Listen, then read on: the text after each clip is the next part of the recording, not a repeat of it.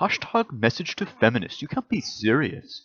Even if they heard your message, we're not talking a retort from a tenured intellectual here. The lion's share of feminists are self-important little twats who can't separate reality from their cognitive biases, let alone their arse from a hole in the ground. And the ones who come to terms with it, work it out, mate. They still don't get it. We'll discuss phony accents and mixed-up dialects another day. Right now, let's touch on the subject of futilities that just get more futile over time. As children, a lot of us feared that there was a monster in our rooms right before going to bed. Watching a horror movie late at night made these delusions even worse, but as we matured, we realized that this menace was merely a figment of our imaginations, an allegory of the unknown, the vulnerability of being by ourselves, alone in the dark. If something goes bump in the night or even the sight of a flickering shadow, well, it must be the boogeyman. Not the boogie woman or the boogie them, but the boogie man. In appearance, he was far more grotesque looking than the professional wrestler of the same name. Even if their parents told them that nothing is in their closets or under their beds, some children are late at growing out of this habit. They still think something is out to get them and need their folks on watch at all times. Well, the mental bearings of your gender feminists are not so different. The straight white male in his patriarchal power is the monster that answers to all your fears, disappointments, and shortfalls. No guy wants to fuck you because you look like a freak and smell like funk? Misogyny. You willing to work as a barista or hairstylist and complain about being broke? Misogyny. Yeah, this has been discussed on a zillion other anti-feminist channels. We could go on all day, and even the slightest non-truth has already been pointed out before. But that's not the futility here. It's that real life will eventually come back and haunt them without any response video required.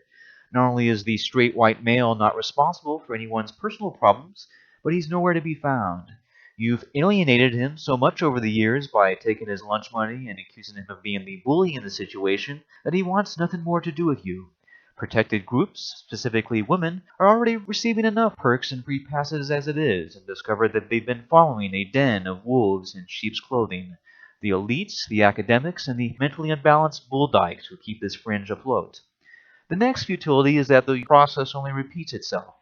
As you're listening to this recording right now, another impressionable university student is getting indoctrinated.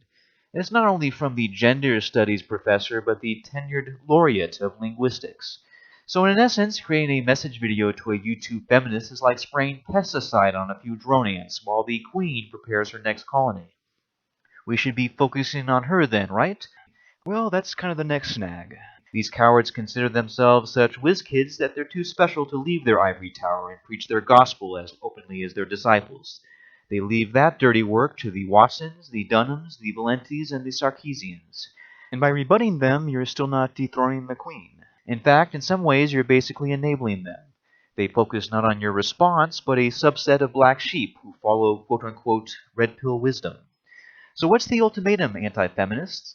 It's always entertaining to see a confused little bird be put in her place, and although I live a fairly sovereign existence right now, their ideology gets in my way too.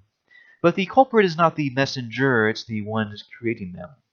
I want to know what your strategy is in weakening the message makers. I no longer believe waiting for the system to implode is a logical recourse because they always find ways to capitalize on the problems they create. Dividing and conquering from a Trojan horse is their industry, and I want to see the propagandists go bankrupt. Just like the anti-feminist response videos, not a very new wish by any means. Special thanks to Eric in Vancouver for the monetary donation making this commentary possible. Take it easy, all.